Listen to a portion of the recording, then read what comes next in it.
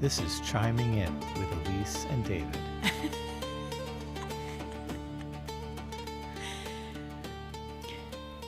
So the fun topic I'm bringing to the table today is Drum roll. something you said when we were in the car a few weeks ago. No idea what you're talking about. We like to use Waze, Yeah. and that is our GPS guide map thing.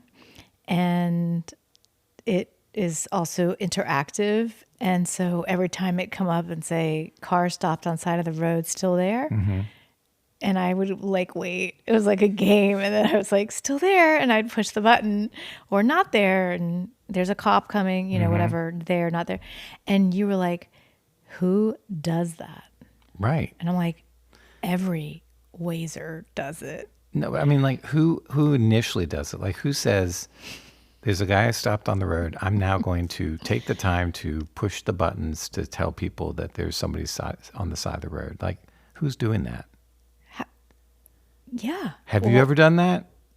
No, I can't do two things at once. Right. So I want to know. I want to know if there's something tied into the cameras on the highway to let people know what's going on. No, it's kind of has a social concept to it. So it's not just I don't even know how to do that. Do you know how to tell Waze that there's a car sitting on the side of the road? Not affirming that there's already one there, but to actually start the process. Well, I don't, because every time I think about who might be doing that, I'm driving and I don't stop to look and see what to do in order to use the app properly. So that is my point. Nobody is doing that. Who in the world is taking their time to do this? Somebody is doing it.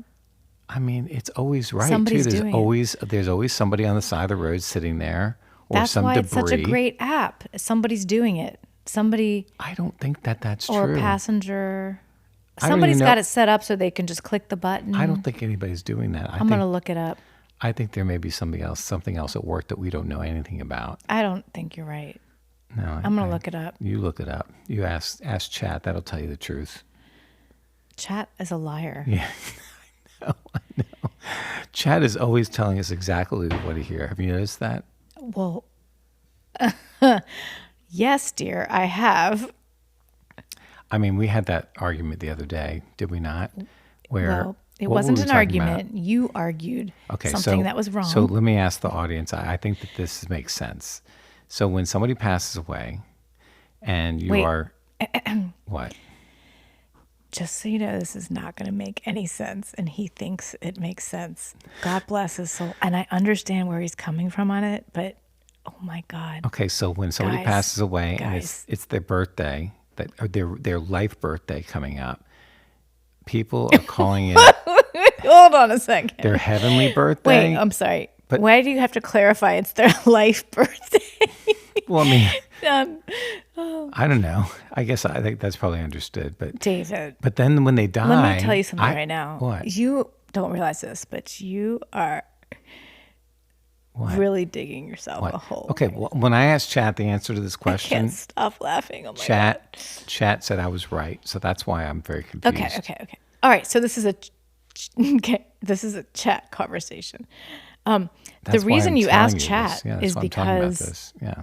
you didn't believe me. I didn't believe myself. Why don't you tell them the story? We didn't tell them anything All yet. right. So my father's the anniversary of his birthday was the other day.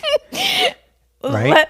You want me to tell the story? No, I'll tell the birthday. So on April 3rd, David's it's my dad's father's birthday is April 3rd. Right. So period. my mother did a post for him acknowledging his birthday. As people do. And she said heavenly birthday, like something about No, happy she said, heavenly birthday. Happy heavenly birthday, Father, to David. Right.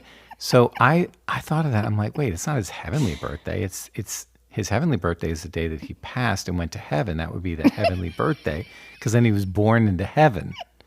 I can't. Oh, God. Right? No, everyone's laughing right now. Okay. So when I asked Chat this, I said, is the No, heavenly birthday you the had date? a fight with me first.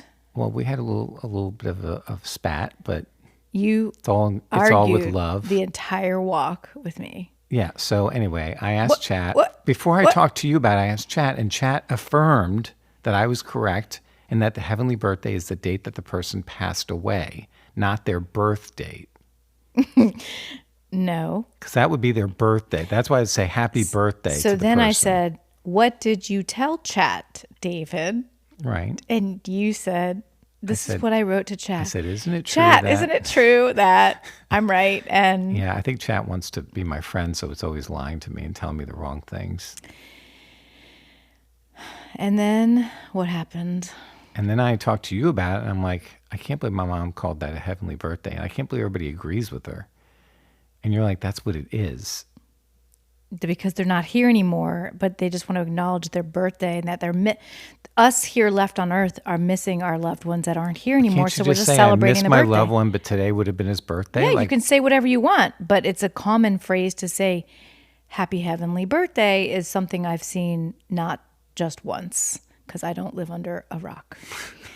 And so then you're arguing with me upside and down the other, and then not believing a word I'm saying.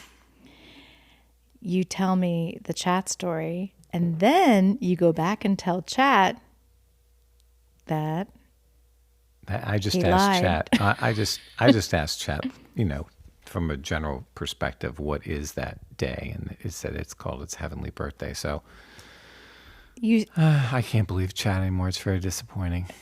More importantly, who was right? I thought I was right. I just think it's crazy that I can be so sure of something and that it can be just completely wrong. I don't know. It really makes me wonder sometimes, like what it is that's really true, especially when Chad tells me the wrong thing. Well, that is the perfect segue. We got a lot of feedback from episode 26, where we took a moment and talked a little about Byron Katie. And the feedback was, we want more about that. Okay. We can give you more. Yeah, we want a deeper dive into the work of Byron Katie. She actually calls her work the work, so you can remember it that's pretty easy. easily. Yeah. Byron Katie is an American author and speaker, and she created a 4-question method to self-inquiry to help challenge when we have stressful thoughts. And so we went over the 4 questions in the last episode, but I will refresh your memory. The first question, when you have a stressful thought, is to ask yourself, is it true? If you say, yes, it's true, the second question is, can you absolutely know that it's true? If you don't think it was true in the first question, you skip to question 3. It's like a flow chart. Right. So question 3, either way, is how do you react? What happens when you believe the thought that it's true? The stressful thought. Okay. Right? That you've decided it is. And then question 4 is, who would you be?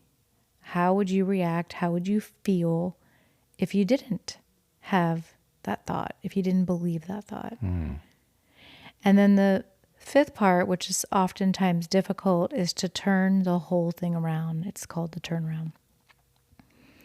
So that's And the what's the simplicity. turnaround? Turn it around. What is that? The turn the thought around is an opportunity to basically experience what literally the opposite of what you believe, the negative thought or the stressful thought. So there's many ways into a turnaround because it can be voiced in a lot of different ways. So why don't we just like come up With an example Yeah, and kind that'll of be work helpful. through it all. The first thing you need to do is notice who or what upsets you.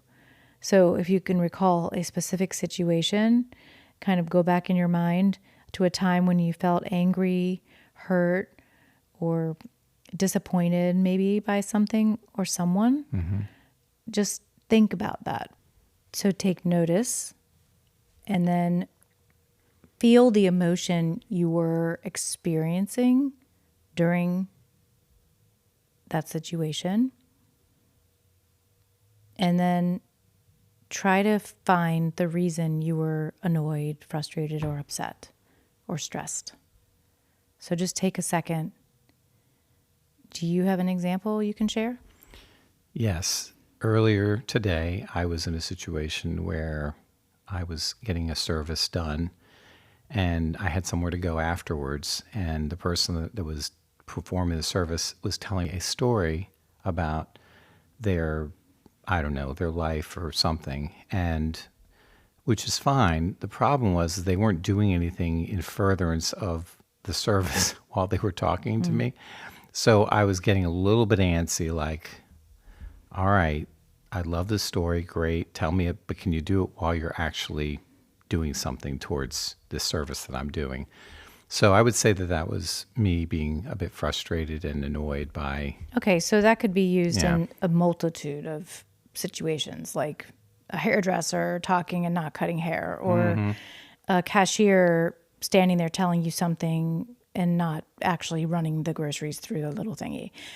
Right? Like it could exactly. be, and is that kind of what you're describing? Something like that? Yes. And again, I don't mind. I love talking to people, so that's really fine. But it's just a matter of the fact that I had somewhere to go and I have somewhere to be. And So if you were to identify that, would it sound like saying something like, okay, I'm annoyed because the cashier is talking too much and not doing their job? I would say yes, that probably fits. Okay. But more also the fact that, again, I wouldn't have a problem if I didn't have somewhere to be. So them talking to me, if I didn't have anywhere to be, would be fine. But I really had to go. Okay. So there's a couple ways we could go about that. The first I was going to say is, can you be is it true? Can you be absolutely sure that the cashier should be doing something else with your stuff? And the second part, now that you've clarified a little, I would say is, did you 100% have somewhere to be? Is that 100% truth? Yes, I really had somewhere to be. I had an appointment after that I had to go to. Now, was it essential that I didn't have any idea how long this was going to take. So I suppose I could have given her a little bit more grace in that it probably was Let going me to be ask you a fine. quick question just to cut to the chase. Did you get to your next appointment on time? Yeah, I was there a little early, Okay. actually. Well, that's interesting, right? So, perfect. So back up. So if you felt like the person should have definitely been doing something else than talking to you, only talking to you, can you absolutely say that that is the truth? That No, that they must do what they were, scheduled to do, that they had to do it right then? I mean, it's typical when you get in the situation Just that the answer person, what? if you can know for 100%, is it true? No, it's not true. Okay. So just take a second with that. I know we're talking about something very mundane, but it does happen and it does build up, and it sometimes affects and snowballs into lots of other things through that day. Okay? So, how did you feel and react when you believed that you were kind of like having someone waste your time? How did that feel? How did you feel in your body? I felt anxious. I felt like I wanted this person to stop talking. I wanted them to start doing what they were supposed to be doing, all of those things. Okay. And then the fourth question, remember we are going through Byron Katie's questions. The fourth question is, who would you be or how would you act without that thought? So how would you feel if you didn't think that person should behave differently? I suppose I would have probably talked a lot more, asked more questions, been more engaging in their conversation. Okay. Good. Probably, yeah. Right. So then the turnaround, which is a little bit tricky, I will admit, is could you reverse the thought to find a deeper truth? So that the person talking to you, maybe they should be talking to you. This person should be talking to me right now. Right. Maybe there's something they're about to say that could be helpful Maybe to me. my brain is talking too much, not them. I would say to you that the goal is not to change the other person, but instead to find your own peace, right? By letting go of the belief, right? So you're letting go of the belief that your moment in reality right then should be different than it really was. And so because of that reality, it was causing you angst, but that only hurts you. You're the one, you weren't really suffering, but you were kind of suffering through it, right? Interesting. So the only person really that's being harmed by this is me in this whole encounter because of the way that I'm treating the situation. Instead of just relaxing and saying, it's going to be fine, let me engage with this person, I was getting annoyed. And what you were getting annoyed about wasn't really a problem. So it was all stirred up inside of you. And had you really had an appointment that was a hard number, you might have looked at that person and said, I want you to keep telling me the story, and I really do want to hear what else happened, but could you finish ringing me up while we're talking? Or whatever. You would have given them your heart and soul, and you would have done that. But instead, it wasn't really true. You did have to be somewhere, but that was like a soft have to, right? Right. So, and look, you just said you got there early. I did. Right. Totally early. Right. So that's interesting. When that happens to me, and it happens all the time, right? Like you just created an example, fill in the blank of who does that to you. It happens all the time. If I have to go, I do exactly what I just said to you. And I really don't want them to stop talking because I don't ever want to be making someone feel like I don't have time for them. And I know the feeling of that. I feel like I'm on the receiving end of that sometimes. So I never want to give that to someone if I don't have to. Okay. So there's that. But I also can stand and say to myself, I'm supposed to be getting something out of this right now. And I'm going to look for what that is. And that's either some kind of information, a connection, or they might need something from me. But for some reason, this experience is happening right now to me. And I don't really have to know why, but I'm going to let go of my feeling of the belief that they should be cleaning my, teeth or cutting my hair or whatever, that they should be doing two things at once. And I'm going to actually turn it around and say, well, actually, I don't really want them to cut my hair while they're in the middle of this conversation because they might mess it up. That's a really good way of looking at it. It's a very glass half full way of looking at things, to kind of interpret it as, what am I going to get out of this that's going to turn this around in a positive way? And it probably can be applied to situations of road rage, people on the road cutting other people off, and all of that. It's like we have these knee-jerk reactions sometimes about the people around us, that if you have that attitude, the one that you just mentioned, of what can I learn from this? How can I look to myself in what's going on? If somebody does that to me, I say, God bless, and I hope you make it wherever you're going on time. And if you're just angry for angry's sake, I hope you find peace. That's what I say to myself. And I'm not joking. I'm not trying to be some I don't Right. know. I know. I don't know what that is, but monk. Yeah. No, No, I'm yeah. serious because, if I ever need to cut someone off because I'm trying to get somewhere, God help me. I hope everyone relaxes and lets me in. Right. Gives you some grace. Well, that's all it is, isn't it? Mm-hmm. I say that a lot. So do you have an example that we can go through in your life of, Mine? yeah. Well, I actually had a thought. It wasn't I feel like I've done a lot of this work, so it's not exactly mine, but I hear this a lot. I'm in my 50s, so I hear a lot of women talking about perimenopause and menopause. It comes up all the time, hot flashes and all the things. And there's this overarching commentary about the hell that we have to go through as women.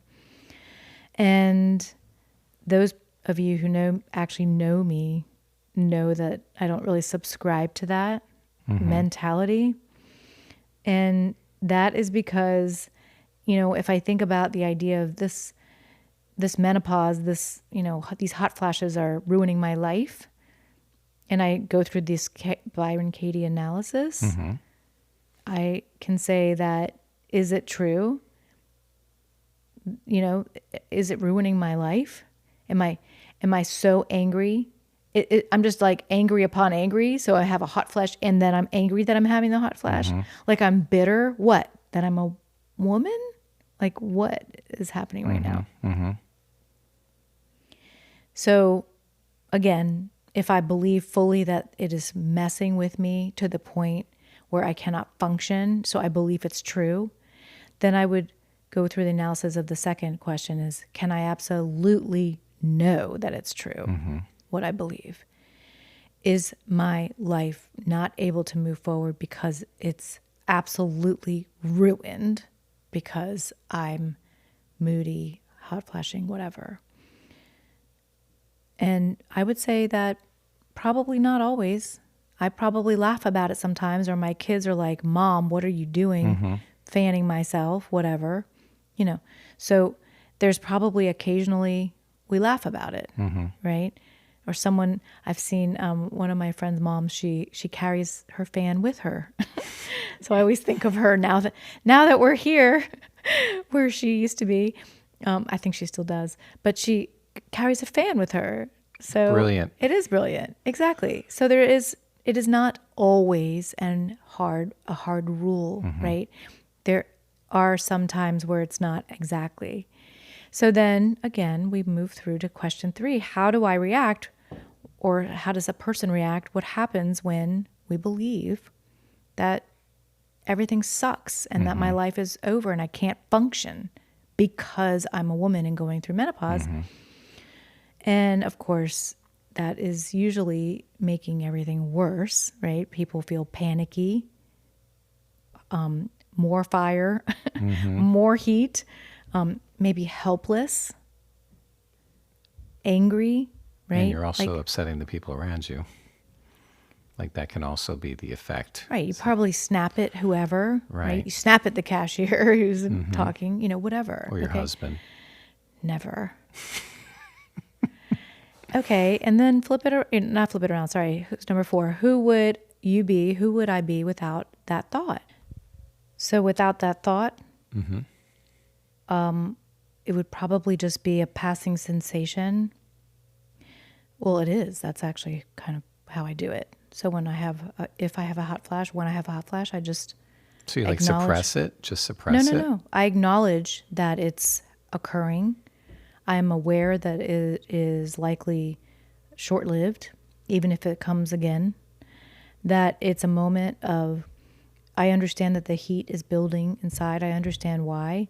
And I just kind of relax into it. And I say to myself, wow, this is so fascinating that this is happening, that this is part of going through this very huge change for a woman. This isn't terrible. We're the ones who got to give birth. We got to carry a miracle human life inside of us if we chose to do that. And if we didn't, we still could have. It's still part of being a female mother, right? A creator. So you don't just stay neutral, you have gratitude. I have gratitude. Exactly right. So See it how I'm really, listening to you? oh my God. You are a really good student today. See that? So I will turn it around is my point. That is my turnaround. These hot flashes are actually helping me. I'm actually moving through, slowing down. Maybe they're forcing me to remember that I am a woman and that I am going through a change, whether it's taking forever or, it's quick, whatever it is, everyone's a little different. Mm-hmm. And all the women that went before me, that lived before me, went through this too. Even if no one frickin' talked about it, BTW, thank you, all few past generations. Mm-hmm. Appreciate you. Anyway, so it's a mindset, it's an outlook. It's a way of acknowledging that this is happening. It may not be pleasant, but it's something that you're going through, and you have gratitude because it's a sign of you being a woman and having this gift of being able to give life. exactly. So by me kind of believing that the symptom, that the experience is The result of it. is exactly where I'm supposed to be. Mm-hmm. I am healthy. I'm going through this stage. I'm healthy. It can I remove the suffering. I remove the panic feeling, or if it comes up and I feel this weird panicky, because that's one of the symptoms. If it comes up, I sometimes wow, this is something, this is interesting. And I really try to allow the physical sensations, because that's what most of them are, for me at this moment. I really try to just let them move through. And that I don't want to enhance or make it spicier than it needs to be. I got plenty of other things to battle. This is not a battle, right? It's just literally a part of our life. And you have been so wonderful going through it. Well, thank you. And it just is. It's just I try to ignore it when the sheets come over and fly over on my side of the bed. Middle of the night. Get hit in the head with a pillow or something. No, yeah, the sheets do fly off every now and again. I see a leg flying over because it's too hot underneath or something. Yes. And thank God you don't mind the temperature being 66, 67. Oh, I'm used to that.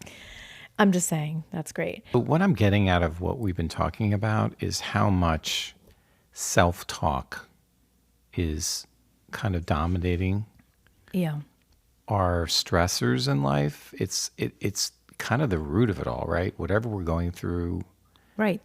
We're telling ourselves a story. Exactly. That's exactly right. And some things are clear cut and some things aren't. And I think that one of the hardest things to do is to stop and notice that there is this inner critic, this inner voice, this self-talk yelling at you all freaking day long, talking to you, asking you why you're doing something, why you didn't do something. Judging you. Mm-hmm. And it's nobody. It's literally nobody's there. It's your own inner self-critic. And your self-talk it's like that person inside of you has a mind of their own. It doesn't mean it's yours. And it doesn't even mean it's like your parents or your teachers. It's literally yours. That's the work of Byron Katie, is that you can expose them so that you can say, is it really true what this inner critic is saying? But the first thing you have to do is notice that you're even saying it at all. I know a lot of people who name their inner critic, right? And make up a cute nickname or not so cute. And that is a great way to identify that you're going through life with a voice inside of you. Does that voice speak truth?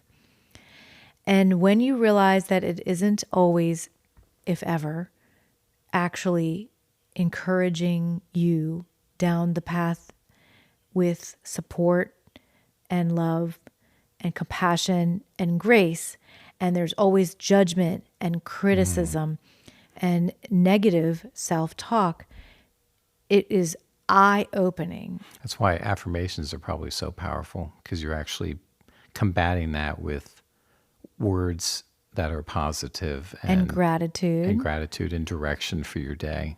Right. Yeah. So, like I've seen, and I've had this experience myself where I've actually lost weight because I've turned off the inner critic. Yeah. So if every time I eat something, I'm angry about it, and I put that on the food that I've now eaten,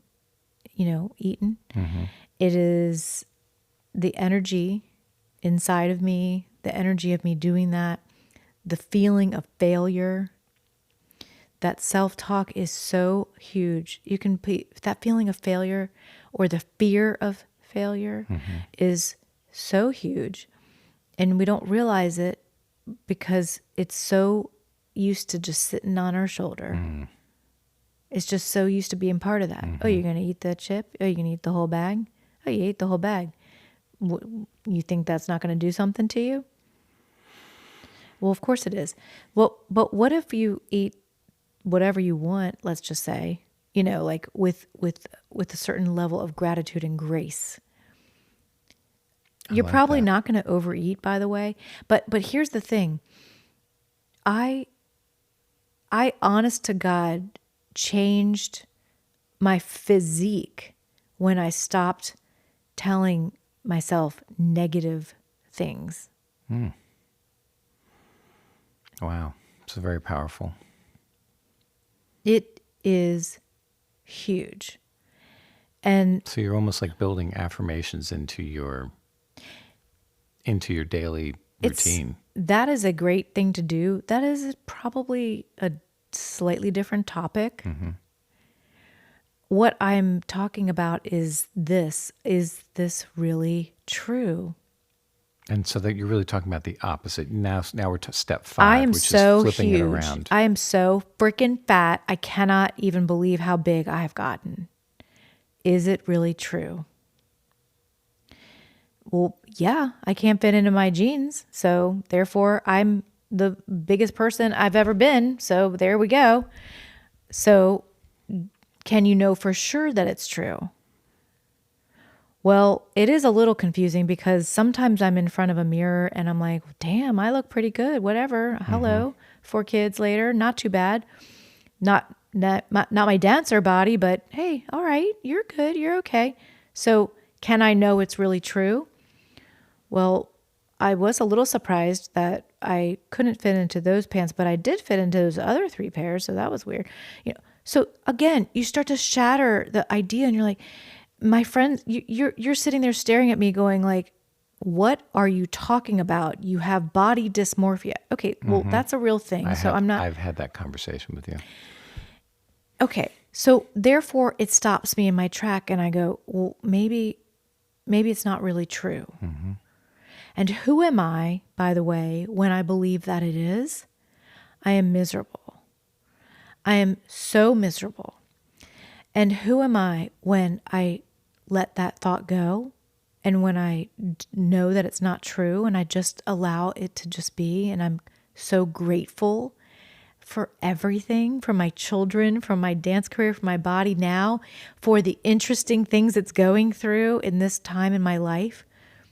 I am at peace and I'm calm and I'm happy. You know, this is interesting. Something just popped into my head. Do you recall when we were traveling with our kids and I said, it is amazing to me how when they get dressed, the girls, probably everyone actually, and they are not happy with something about themselves, their clothing options, you know, like if you're traveling and you only have a couple items to pick from, their hair, whatever, something has made them upset. And this actually happened. And, you know, okay, you look fine. Let's just go eat. Well, they sucked it up and we went and ate. And we're sitting there and our daughter says, I actually have to go back to the apartment and change. I do have something else I can do and I just need to go. I'm in such a bad mood because of this. Yeah. And what I loved about that is it's so real because our thoughts and the way she identified the problem that She knew that what to do she to fix it. really was in a bad mood. She was snarky and snappy and it was more than, and the whole day was just about to start.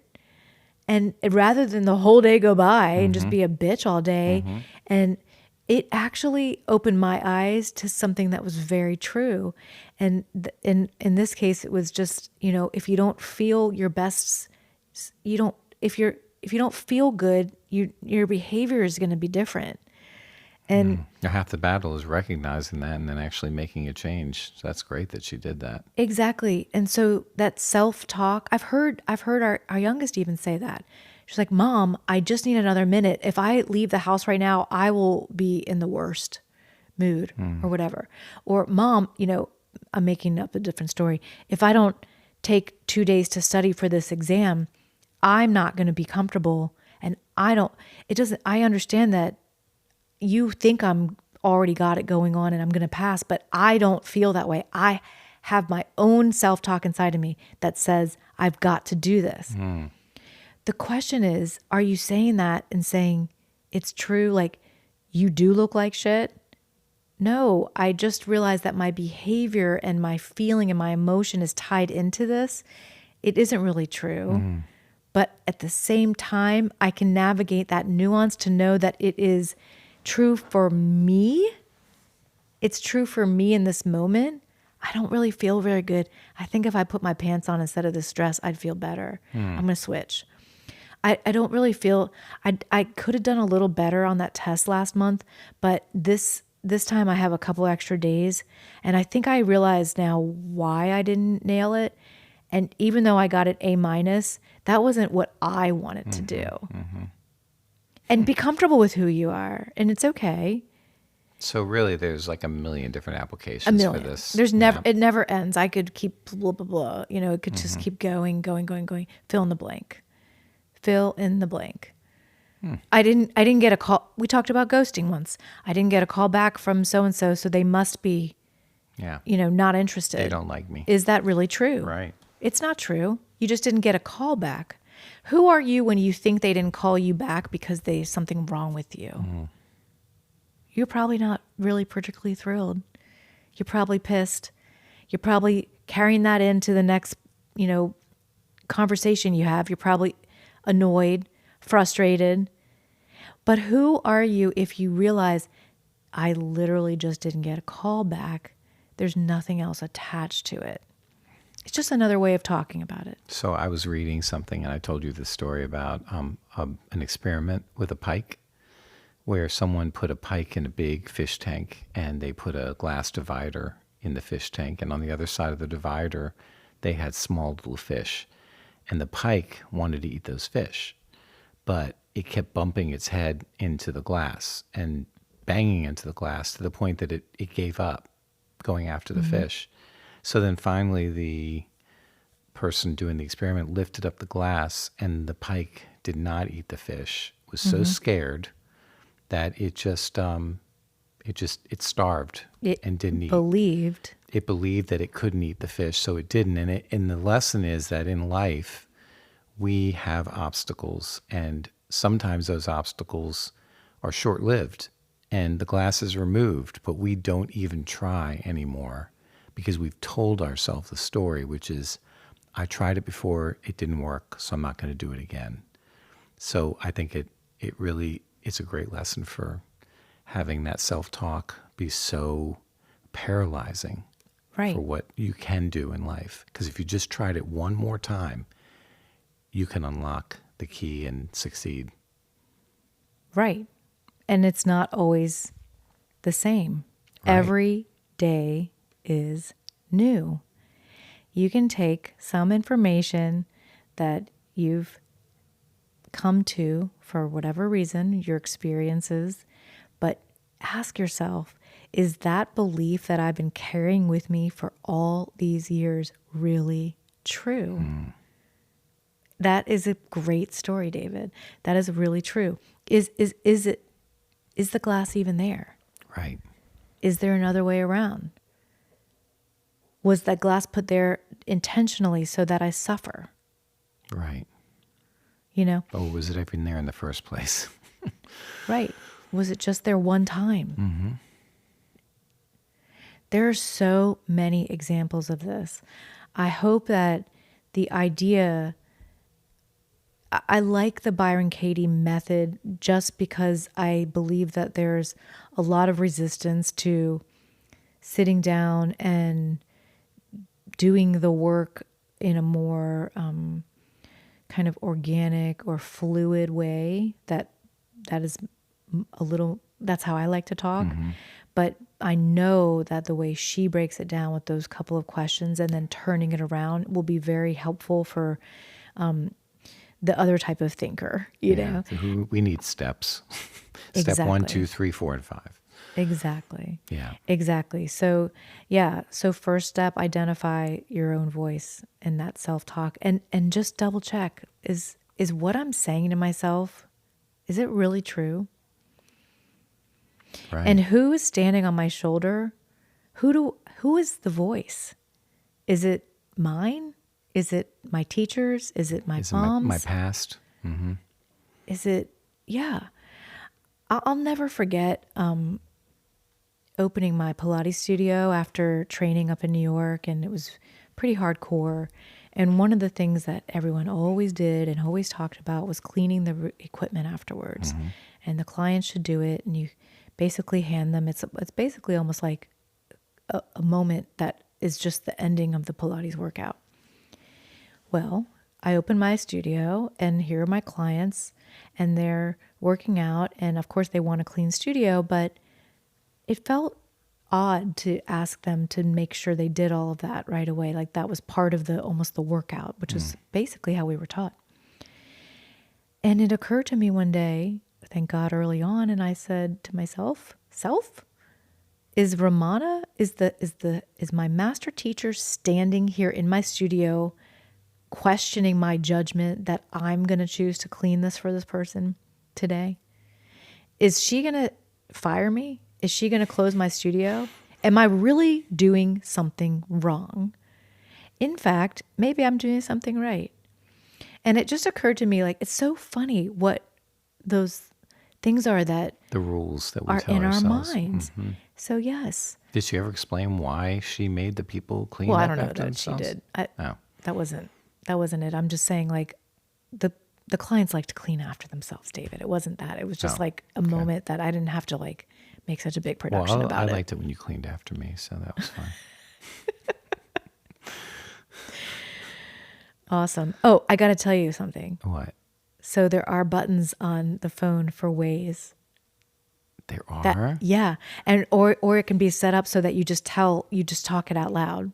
You say there's a road on this, there's something on the road on Yeah, the you side say of there's the a road. road on the road. There's a road on the road? There's a road on the You map. literally say there's like a police car sitting here? Yes. You- That's you why tell it's a Waze social. that? That's why Waze is so superior and so amazing, because it's so aggressively telling you the real time situation and can reroute.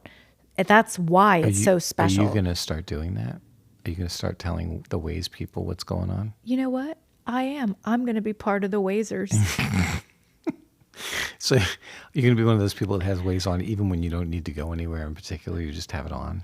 so you can tell people what's up ahead? Are you talking? Yeah, I'm Are you talking. even talking? I'm talking. This is over. Text me. Wait, don't text me. No. Email me. Email me. Message me. We want to hear if you're a Wazer. You can text me. I If wanna you have hear- my number, you can text I me. want to know if the people out there are actually Wazers or not. You don't care. I do. And we're going to do a poll. We're going to give people some feedback and let people know. Listen, we have a road trip in our future, and we're going to be using Waze. So Yes. stay tuned. Yes. Woohoo! We're going to be awesome. So would you all please do me a favor and tell your friends about us, about this podcast, and spread the word, because we would love to have more listeners and we would love more feedback. Don't you think, Elise? I don't think that's the reason why. No, what's the reason? Because we're saying interesting stuff. Maybe. Oh, is it true? Is it really true?